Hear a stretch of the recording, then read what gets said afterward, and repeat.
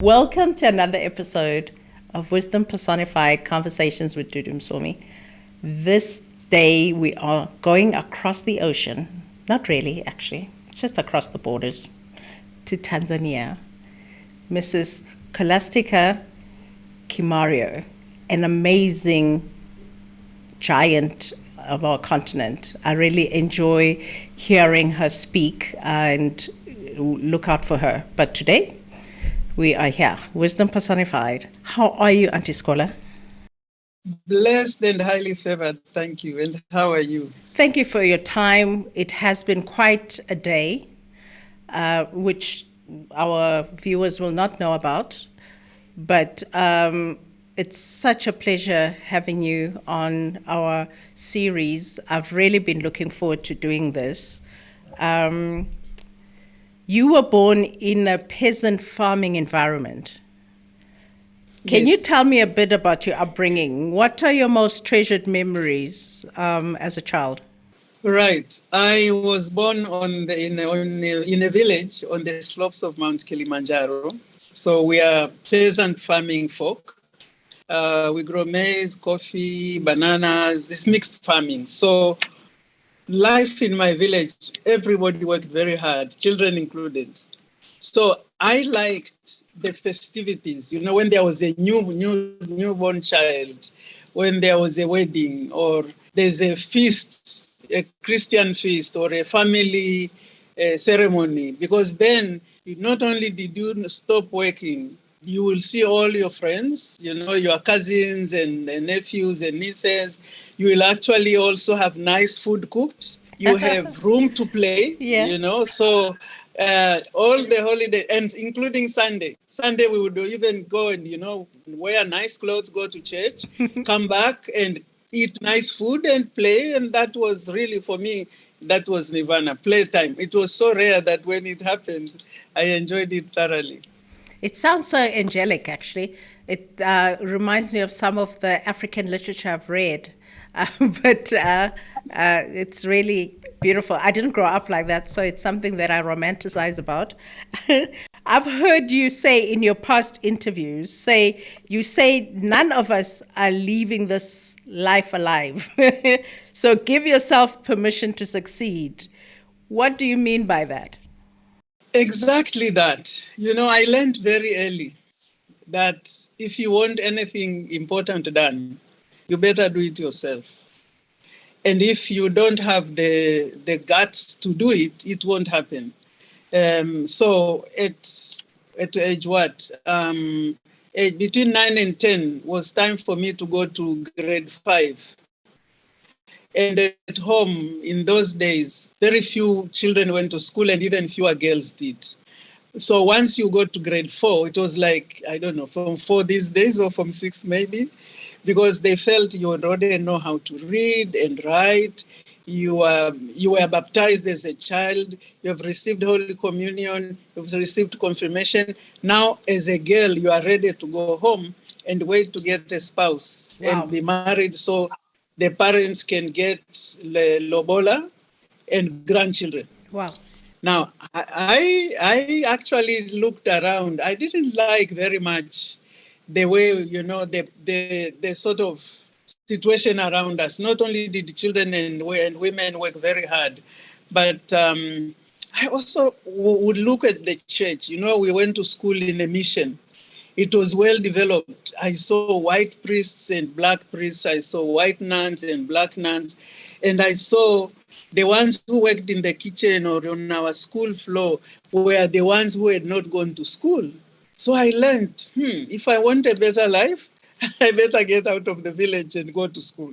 So that's when I wanted to now go to grade 5. And my father was like, no, no girl of mine is going to grade 5. You had to pay school fees. My coffee money is not going to pay for a woman who will be married and will be no benefit to us. So I then said to my mother in private, of course, that I really want to go to school. So what am I going to do? And she said to me, your best bet is if you go to talk to the parish priest. because we believe if the priest, as Catholics, we believe that if the priest says, I have closed this door for you, then you won't go to heaven. You see, so I went to the parish priest. My dad was called. He went with his brothers and my uncles. And they were like, oh, okay, so what's the problem? And the priest says, well, the child says you won't pay for her. And the man says, my father says, no, that child, he didn't understand me. Of course, we are going to pay for her. So they came home and told my mother, foolish woman, you are going to pay for that child. Oh. You should have controlled her. So, but I saw, I got to go. I mean, my father was not pleased.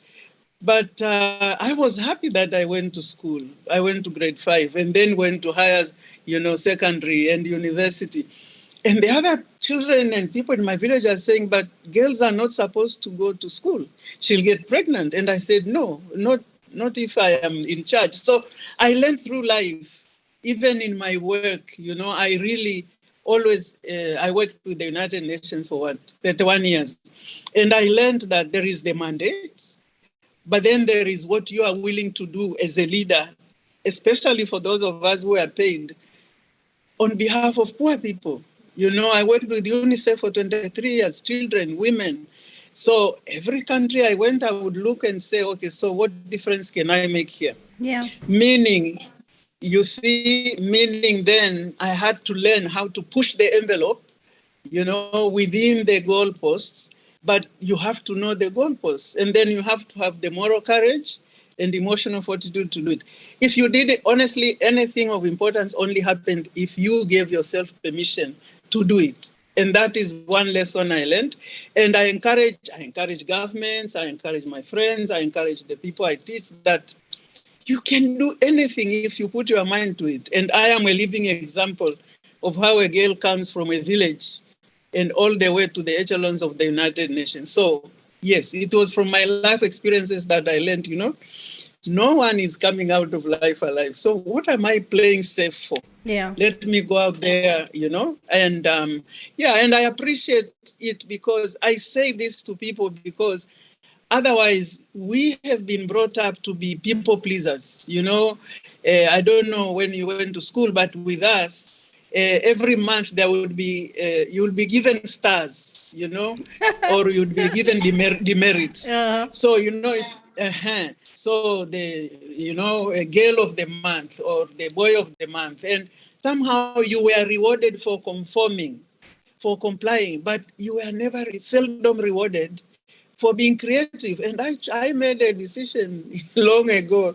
If I'm going to make a difference in my life or the lives of other people, I honestly have to come out there and play. And yes, there will be consequences, but then at least I lived, so that's where that comes from. Yeah, there are always consequences. But I'm so proud of that 9-year-old that had the courage and also the wisdom, because you knew exactly how to play and who to contact and how to do it.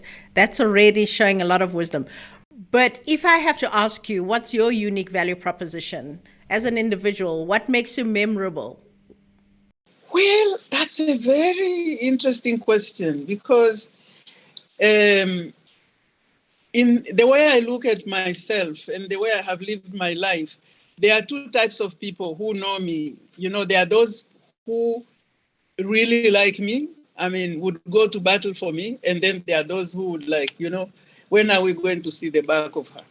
Why? It's because, and you have to know these things as a person if you are going to survive and thrive. And it's because I, like I'm saying, for 31 years I was with the United Nations. What is the mandate?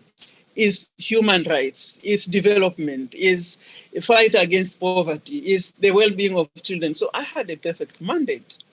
But see, being an advocate for the poor is actually a very risky endeavor because, like working with the United Nations in any country, I had several bosses. I had the host government, which I have to work within their framework, then the community which is receiving support if we were doing UNICEF work, then maybe an NGO, which is an intermediary. And then, of course, there are my bosses in New York and their bosses who are the donors, yeah, the ones who give the money. So if I give an example, the HIV and AIDS program is a classic example of how development projects meant for poor people are actually not always implemented for their benefit.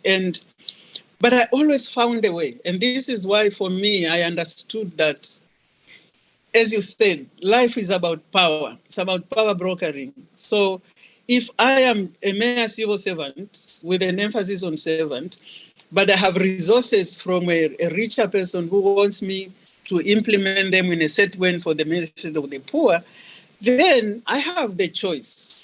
I have a choice to take the least resistant path and please the powers that be, or look for ways in which I can fulfill the mandate in favor of the poor without going outside the goalpost.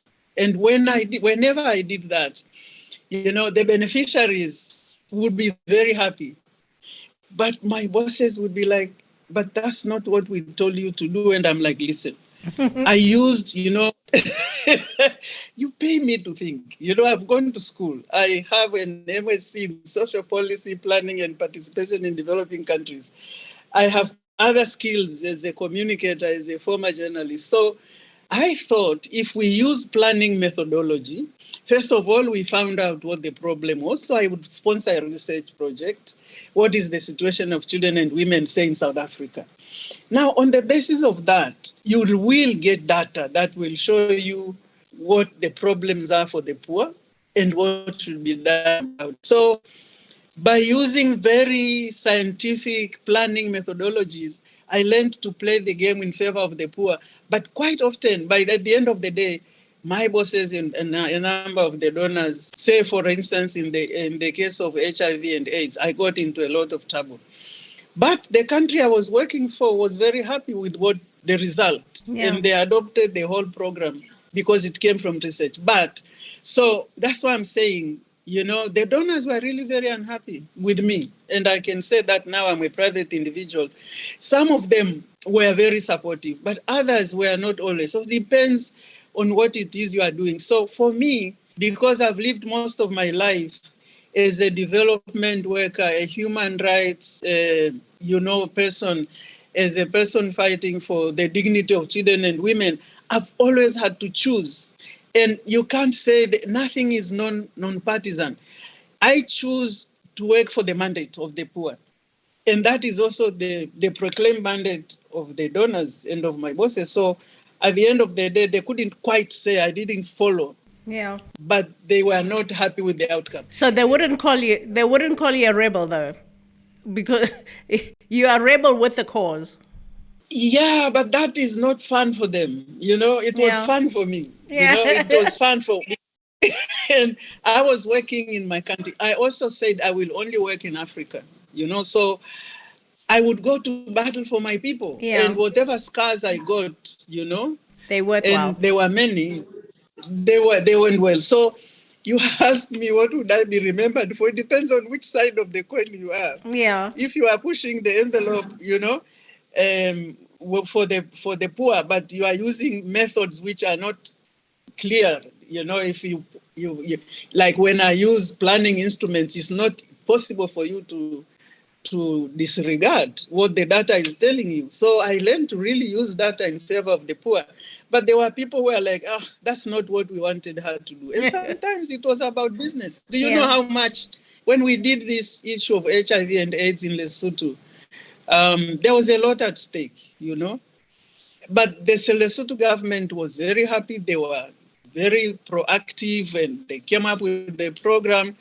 And some of it, they could be getting funding from outside, but others, they could only fund by themselves. So I have always played in the international development field, and I'm always aware of the power play and always ready to be on the side of the disenfranchised. So those who understood that until today is a legacy with them, and the others are like, goodness gracious, what was she up to now? Yeah. And that was fun. But every choice has a consequence, Yeah. you know? Now that you're talking fun, because that's still quite serious stuff that you do there, what do you do for fun? Exactly. What I do for fun is learning, you know, how the world is going and looking to see what opportunities there are for me to make a difference, you know? So So that's your fun part. It's still very my serious. fun is when I'm being relevant, you know? It's Okay. seriously, you know, I get excited when I'm working, when I'm making a difference. And, you know, to give you evidence, you see, my late husband, may his ashes rest in peace, one day said to me, you know, I seem to be competing for attention, but it's not with another man. It's actually with your work. If it was another man, maybe I would stand a chance. But with you and your crusade, what chance do I have? You know, so yeah, we would have to negotiate and actually ask him for his support at times which I needed in order to do my work. Like when the children were small, he would then bring them to the office. You know, first I worked as a journalist and then I worked with UNICEF, but I was always working late. So he would have to make sure the children are bathed and fed for the evening, bring them to say goodnight to mommy and stuff like that.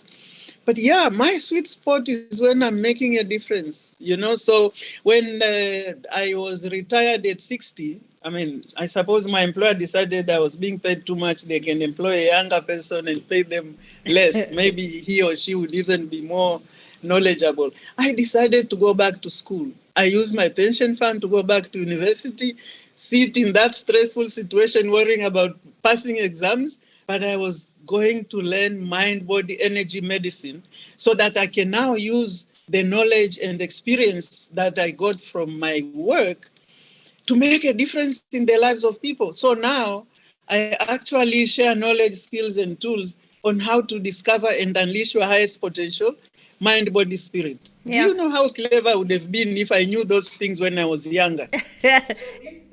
Everything has its time. While you're talking about that, so you are internationally certified as an Ayurvedic lifestyle coach from Yes, Chopra Center University in California, yes, with reference to the yes. layers of life, because there's a diagram that I've seen about the layers of life. Can you briefly share wisdom of the various elements, but focusing on the ego boundaries and how this influences our quality of life? Okay, yeah, stress. You see, the way I lived my life was like my working life was actually, you know, total engagement. I used to joke with my staff, not really joke, but give them an example of what commitment means. You know, I grew up I went to school in the 60s, and the first president of Tanzania was visionary enough to actually make sure government paid our fees because many of us couldn't afford it. And so I was able to go to school, and therefore, when we came back, we were brought up as, you know, loyalists, you know, good citizens.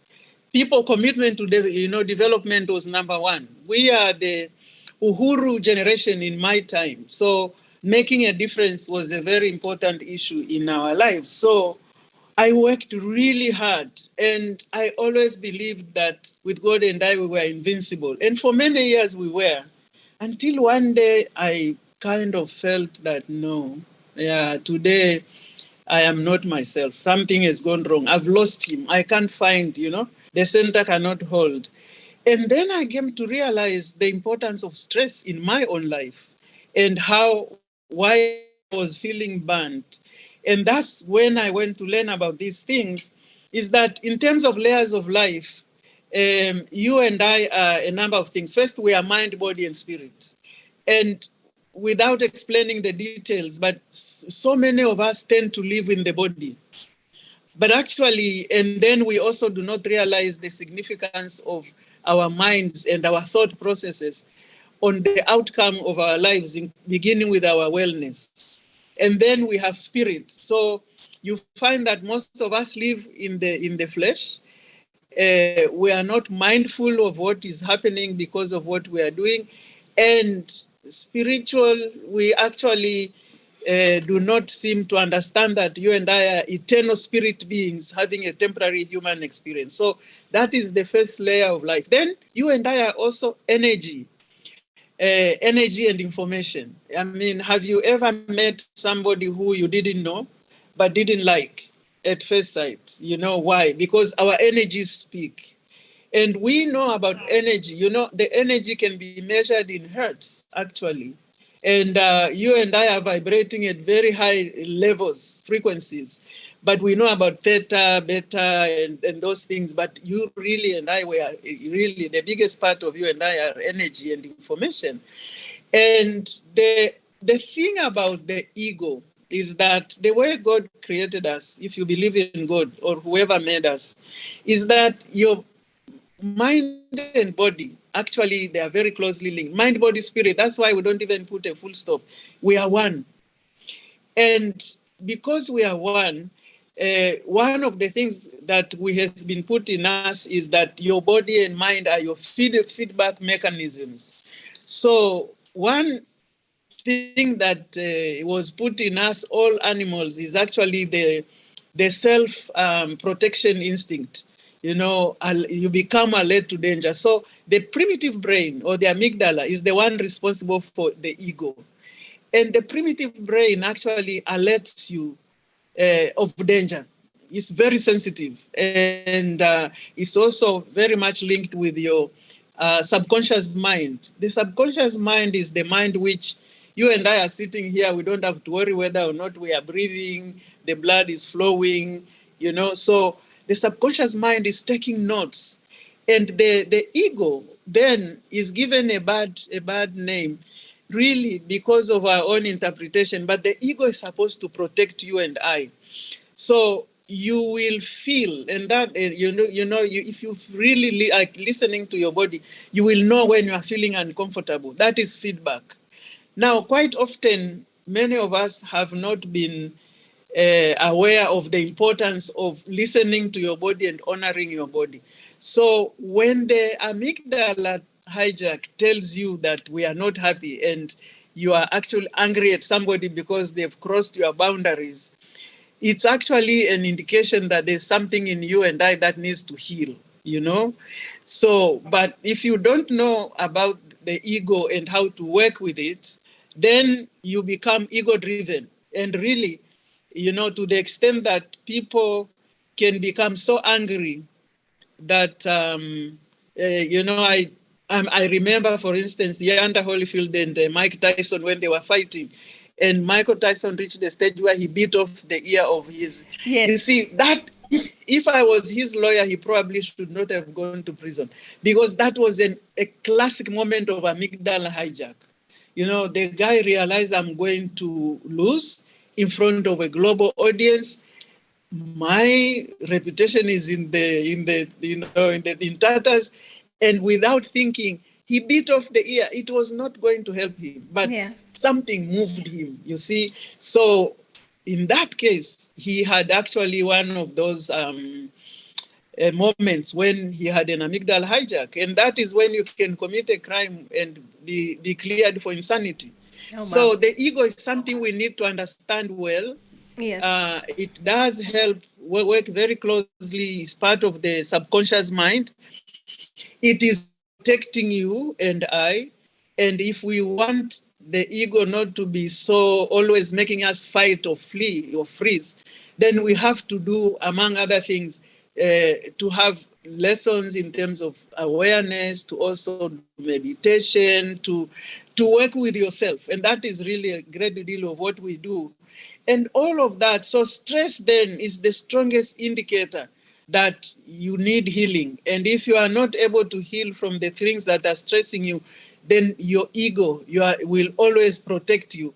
And therefore you are likely to not make very clever decisions. So that is why, for the work that we do at Maadili Leadership Solutions, our value proposition is that we will give you knowledge, skills, and tools to acquire self-awareness, which will then give you a chance to make more conscious decisions. So we also stress on consciousness. And when you put these things into practice, you are now working towards self-mastery. Yeah. And once you attain self-mastery, which means you are vibrating at higher levels of consciousness, then your ego also has no reason to make you fly off the handle, because you are living in a better space, energetically speaking. One day I wish to have a workshop around this and invite you. I think to delve into that topic will be just like amazing. But thank you so much for that. As we draw to a close, what concerns you most about humanity when you observe, especially our continent, Africa? What concerns me most is the level of lack of awareness and consciousness about what is going on in the world, beginning with our own homes, our own families, our own communities, certainly our governments, and the tendency, for the knowing what I now know, us as African communities, we put a great deal of trust in authority, regardless of age, We also put trust in age. But then our experience is showing us that even for those organizations that were freedom-fighting organizations, once they come to power, they really have not delivered to their people. And their people are still waiting, and toying to say, no, we want you to do this, we want you to do that. No, we actually are at a stage whereby we need to rethink. Africa was able to get flag independence. The idea was then, after South Africa was the last to come on board, for the African continent to work towards economic emancipation and then towards prosperity and the Africa we want. But the thing is, the individuals, people are already completely removed from governance. And we as people, you and I, have to reclaim that space. The civil society space is also controlled by money from outside. It's not really civil society in the way in which, for instance, in South Africa, you had street committees that were made up of the people and everybody knew everybody else and you had the same goal. So my concern is the lack of awareness, and my commitment is to contribute towards raising awareness, consciousness, and mastery, beginning with the self. Because when your perception changes, everything you look at changes. And if all of us, or a certain critical majority of us in Africa, actually we are able to transcend to that space, then we would define governance completely differently. Yeah. And the role of the people for their own development would be given more prominence, and resources would be allocated accordingly. I totally concur with that, which is why I also do a lot of work in personal leadership, because I think as individuals, as Africans, until we fix what is wrong with us and how we perceive ourselves, our self-awareness, and claim the power and understand the power we have, we're not going to get anywhere. But in closing, because we could talk forever, I really have enjoyed our conversation. But in closing, what wisdom would you like to share with everybody that's listening? If this is the last conversation, what would you want humanity to know? I would like humanity to know. I would like men and women to know that really, their life is their garden. Their thoughts are their seeds. And, we can grow, flowers, we can grow corn, or we can grow weeds. So in terms of change, really change has to begin at the individual level and at home. So for instance, for me, there's always so much resources, so much, and I talk about this actually, that I don't believe we are going to free women just running as the way we are doing now. I believe that the relationship between men and women will change starting from the home. It doesn't matter how where you are at. As individuals, you can make a difference. And I have done that with my husband and my children. Then, if we are going to change the power structure, because our patriarchy is about power structure, we have to go to the traditional roots. Can you imagine coming from KwaZulu-Natal, and what would liberation of women mean in the Zulu culture?